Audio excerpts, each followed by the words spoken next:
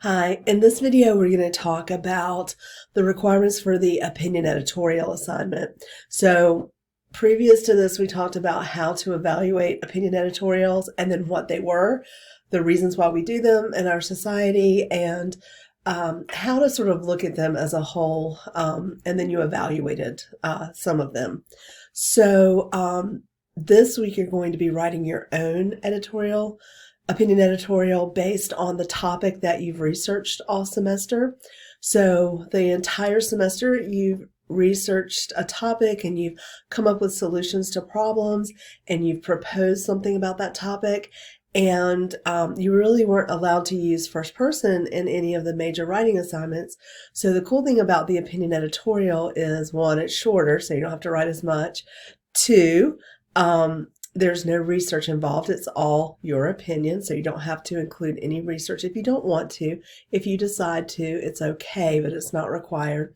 And then three, it's just kind of a great opportunity to share your opinion about your topic because you've become sort of an expert on it in these months of researching the topic. So it's kind of a fun assignment, and it's a way to share a part of your opinion about the topic. I do allow you to take some liberty with your opinion. So if there was something that you just felt like you couldn't include in your proposal, or with the other assignments we did, you just didn't feel like there was an aspect that you could really discuss or write about or research, but maybe you hold an opinion about it, as long as it's not too outlandish, as long as it is something that is substantial and academic to a degree, you can claim that about your topic, but it does need to be under that umbrella of the research you've done. Okay, if you have any individual questions about that, don't hesitate to email me, and if you're not sure about what approach to take with your opinion editorial, I can answer those questions individually for you. Okay, so what I've done is up here, over here you can just go into the weekly assignments, and I've gone into week 12. And then there's a folder called Opinion Editorial Folder, and I've put some links, some student samples, and some handouts. Now, one of the things I'm noticing when I'm grading some of your papers is it appears that you're not even looking at the assignment requirements, and that's hurting your grade. And for every assignment, I give you a whole kind of a gathered amount of handouts and links and all these things that I've gathered for you to help you do your best on the assignment, but it seems like some of you aren't looking at it. So for this major assignment, please, if you haven't already started doing that, you need to be looking at all these resources I supply to you because they're there to help you succeed. So in this folder, we see the opinion editorial assignment. So I'm going to open that. Okay. Sometimes I have to hit it twice, and I apologize. Okay, there we go. So we're going to open this up, and this is sort of, get a little bigger.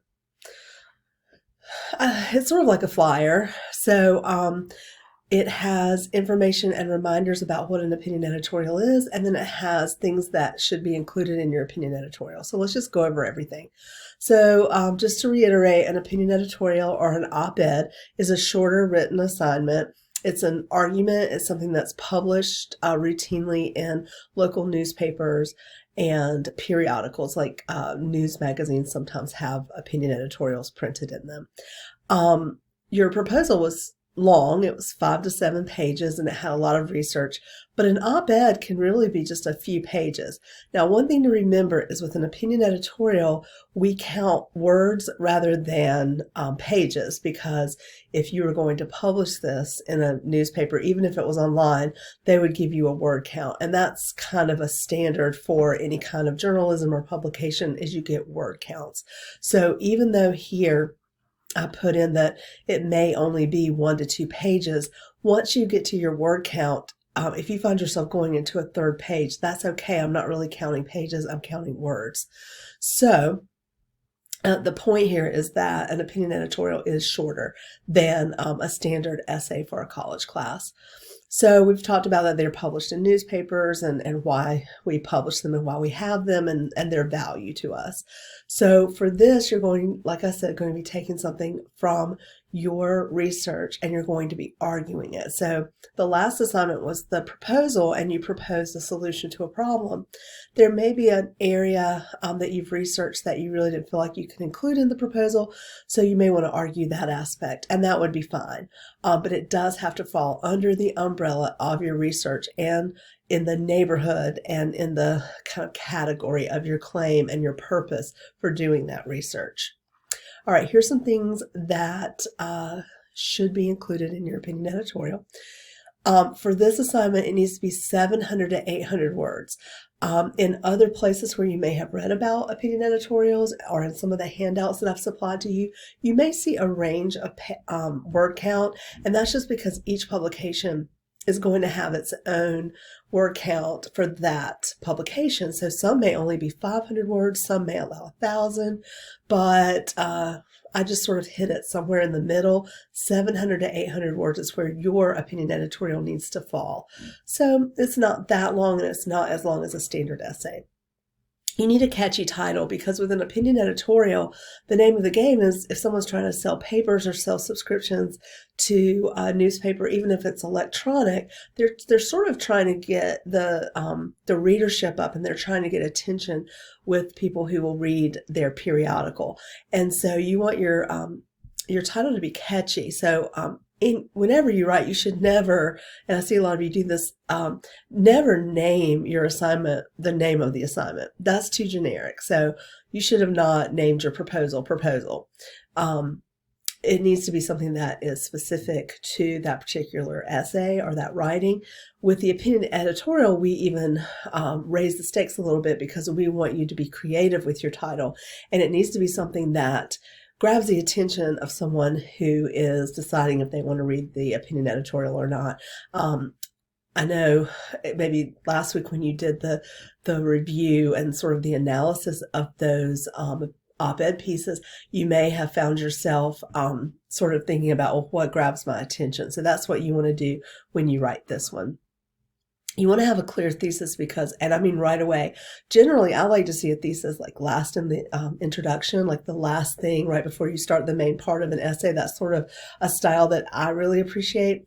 But honestly, with the opinion editorial, you almost have to get to that thesis in the first sentence or two, because again, you're trying to hold the reader's attention, and it's more of an entertainment or more of a casual kind of endeavor. It's a casual relationship between the writer and the reader, because you're trying to keep their attention, and you're also trying to persuade them to, believe your opinion is a good one, and that hopefully they'll kind of be persuaded to understand and believe your opinion as well.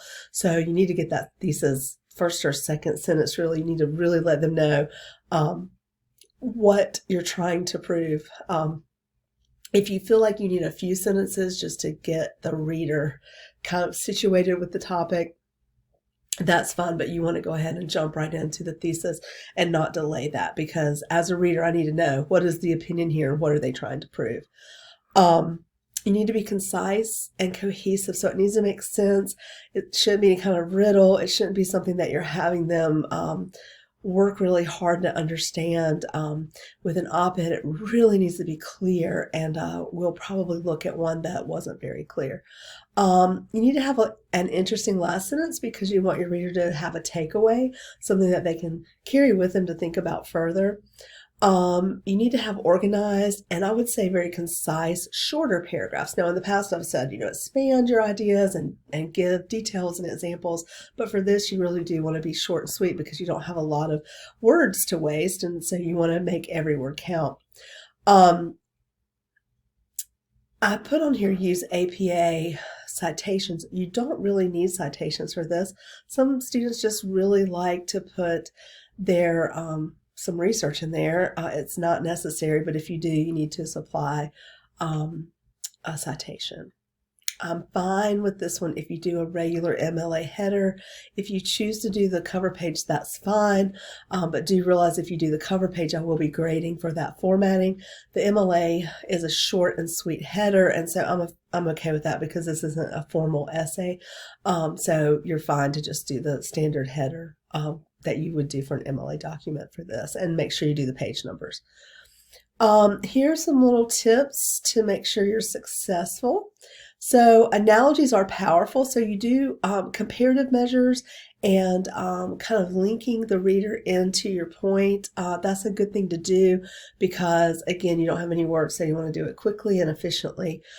Humor's good sometimes. Now, I always tell students, if your topic is not humorous, if you're writing about cancer or dying or some kind of violence that can trigger the reader, don't make fun of it. That's not the time to be sarcastic. But if there can be humor found in your topic, that's okay. Just be careful because we do have a sensitive society. We do have people who would be triggered by certain humor, be it based on something that was close to them or that had hurt them in some way. And so we don't want to seem insensitive. So be careful with your humor and don't be overly sarcastic if it doesn't match the topic that you're writing. So just be careful with that. But a lot of times in op-eds, they are a little bit more casual, a little bit looser with the phrasing.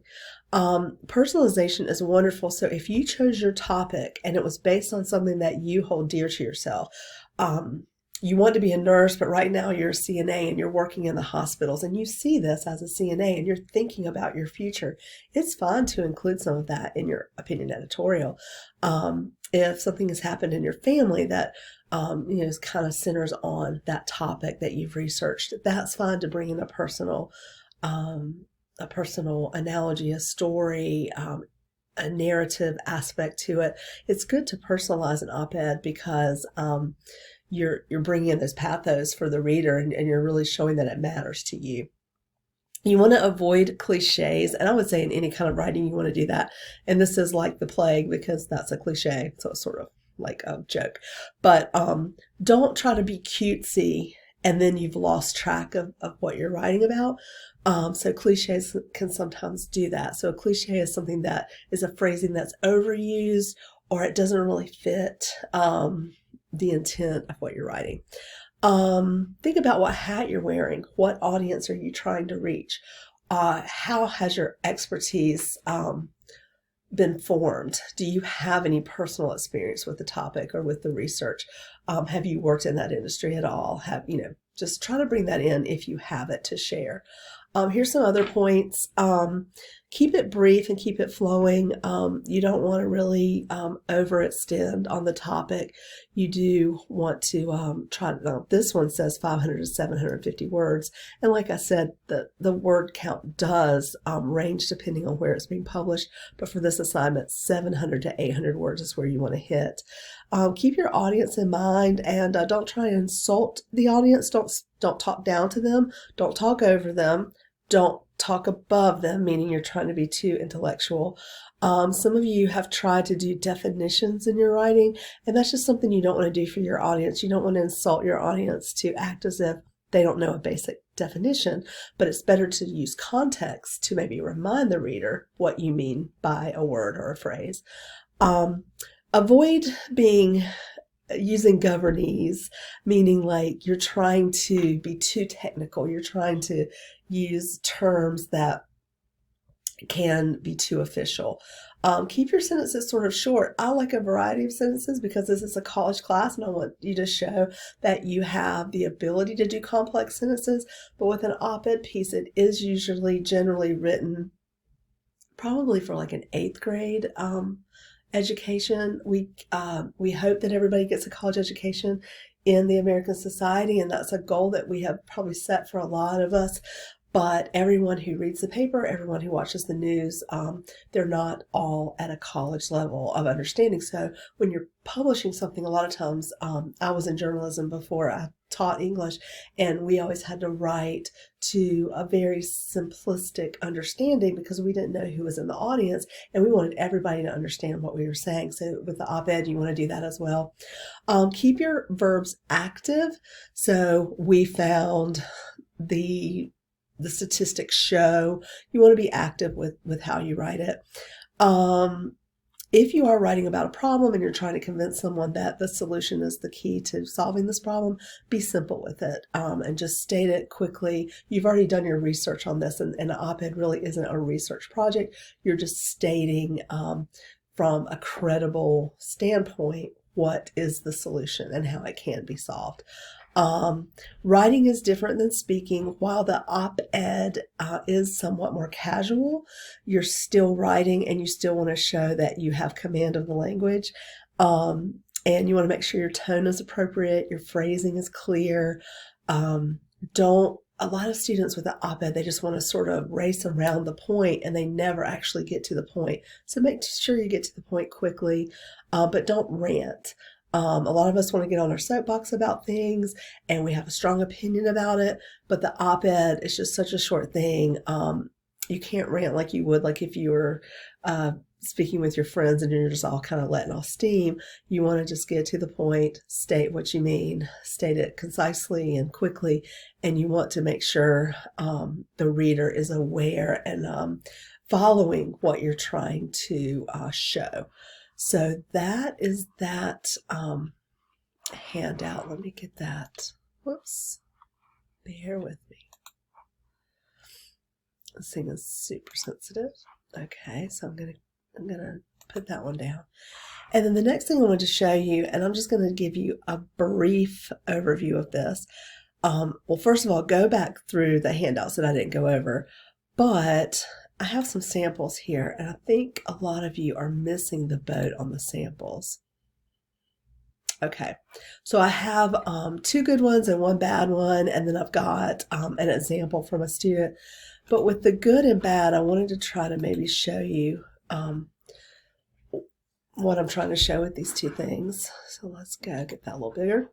Okay, so the first 2, I'm just going to let you read through these. These are well written, they're to the point, it shows you how to write. See how these paragraphs are very short, sweet, just a couple sentences per paragraph. And these were some that were published. But the last one I want to show you, I don't think this was ever published. I'm not 100% sure. If it was published, they shouldn't have published it. So it's sort of brief. I'm going to go through it with you. I would say go back yourself and read through these.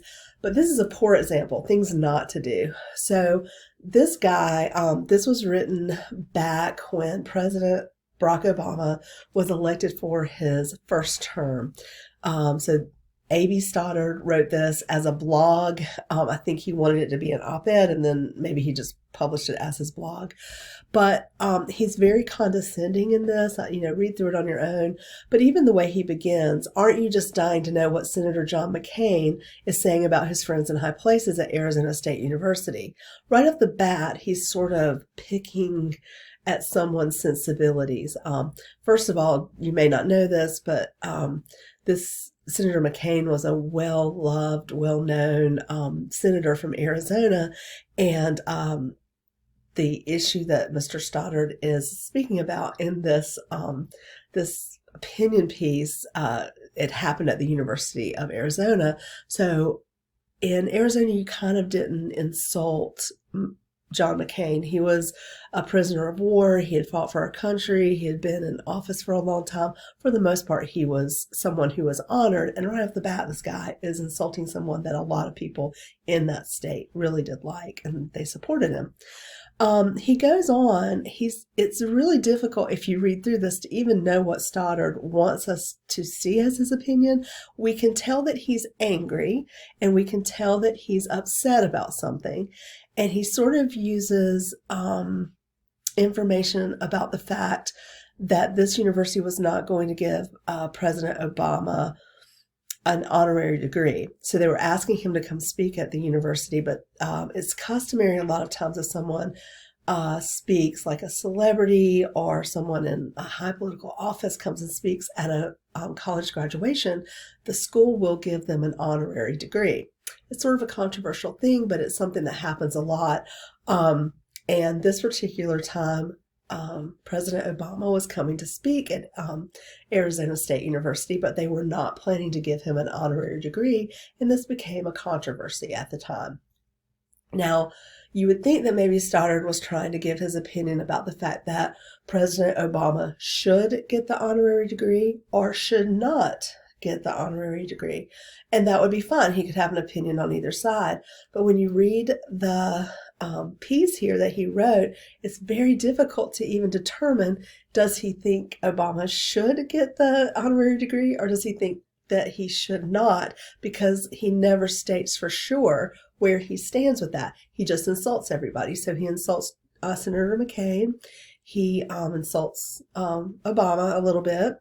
He brings in some ideas about how the university handles the situation. So he sort of seems to be upset with the university, but we're not sure, like, is he okay with what happened or is he upset and he thinks Obama should get the honorary degree? It's just very difficult. I would say read through it just to see what you think, but don't do what he did.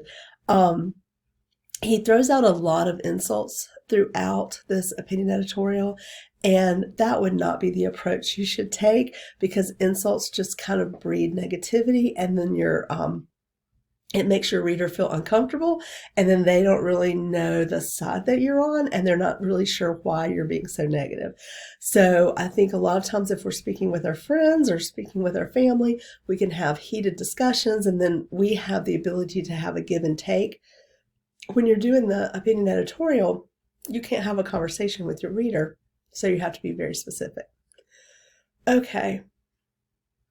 When we look at the end here, even at the end, Stoddard writes, everybody wins except for those oh-so-selective big cheeses at ASU who thought it was a good idea to keep a president out of an exclusive club. So at the end, we sort of think, well, maybe he is on the side of President Obama and he thinks that he should get an honorary degree. But he never stated that specifically or clearly in the opinion editorial. So I just wanted to point out that this is kind of everything not to do in here. It's very vague. He kind of gets wishy-washy. He goes from side to side, and that's just not what you want to do in an opinion editorial. Even if it's an unpopular opinion that you're stating, you have to own it, and you have to be clear and concise and show exactly what your point is and what side you're on and what your opinion is, and how someone could attach to that with you. So anyway, read through that one and see, how he really wasn't that clear. And then I've got two here that are pretty good ones. So I'm going to let you guys read that for yourself, because I know it would be boring if I just sat here and read to you. And then there is an assignment example in here. And I think there's some other ones that you can find in the student samples. But I just kind of put, oh no, this is not a student one. I'm sorry, I thought this was a student one.